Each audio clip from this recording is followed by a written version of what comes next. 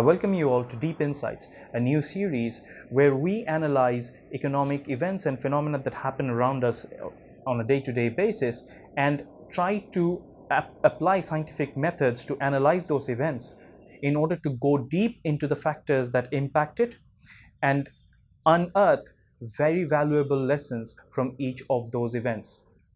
It is important that we analyze economic events or any transactions that happen for us to get a real understanding of how that event actually came to be. For instance, we can look at how the 2008 credit crisis happened, how the coronavirus impacted the economies around the world. And we will take many such events and many such happenings and try to understand what are the factors that led to such events, so that we know that how those things happened and what are the factors that led to those events, so that if and when a similar event or a similar problem comes to us in the future, we are prepared and we know where the problems might be. That will ensure that we can get quicker and better solutions to the problems. We will start by looking close to home. Bangladesh achieved a GDP growth of 5.2%. While it is significantly lower than the 8.2% GDP growth that we had targeted, when we consider the impact of the coronavirus, which came to Bangladesh in March 2020, the performance has still been quite good. When we compare that to our neighboring India, between April and June 2020, India recorded the worst economic performance for a quarter ever. So while Bangladesh has been hit, the resilience is a characteristic that the Bangladesh economy can be proud of. However, while economists are expecting a V-shaped recovery for the economy, and we are still on track despite the roadblock to achieve the 2024 target of graduating into a developing country, we also need to look at the other factors that are going to impact the economy and the economic performance in the years to come. One of the factors behind Bangladesh's performance in terms of GDP and economic growth and development has been the performance of the ready-made garments industry. Bangladesh is currently the second largest producer and exporter of ready-made garments in the world. And one of the reasons why Bangladesh has been so successful is its low cost of labor, it's the ease of setting up businesses in Bangladesh, and at the same time, the tariff benefits that Bangladesh enjoys while exporting to the countries such as the United States, the EU, and other members.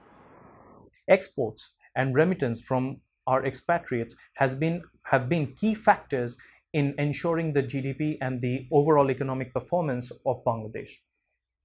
RMG especially plays a huge role in not only earning foreign revenue, but in creating jobs in the particular industry as well as in auxiliary services.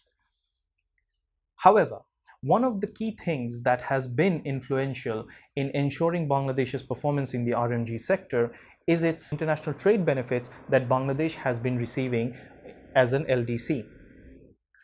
When we graduate to a developing country, many of the zero tariff benefits and entries that we get into key markets such as the United States or the European Union and Japan and Australia, to name a few, will cease to exist. At the same time, other competitors such as Vietnam, Laos, and Cambodia, which are coming up in their RMG production and exports, will continue to enjoy these benefits. So when the graduation does happen and we are no longer getting these facilities into those markets, how does the Bangladesh RMG industry fare? We need to be prepared with the answers, and we need to ensure that when the graduation happens, our growth numbers don't stumble because of these challenges. One of the key things that will happen is that the prices of our products are likely to go up when we take into consideration the increased tariffs.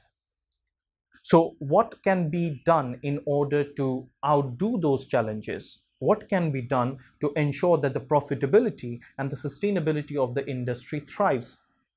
One thing we need to also ensure is that while a continuous good period of GDP growth will need to be maintained in order for us to graduate into a developing country, we also need to continue earning and ensuring the growth beyond 2024 as well.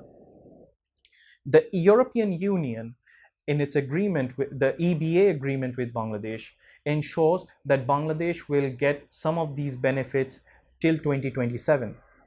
However, beyond that, we need to think about other ways, such as free trade agreements or or welcoming joint ventures. So, what could be the answers, and why do we need them?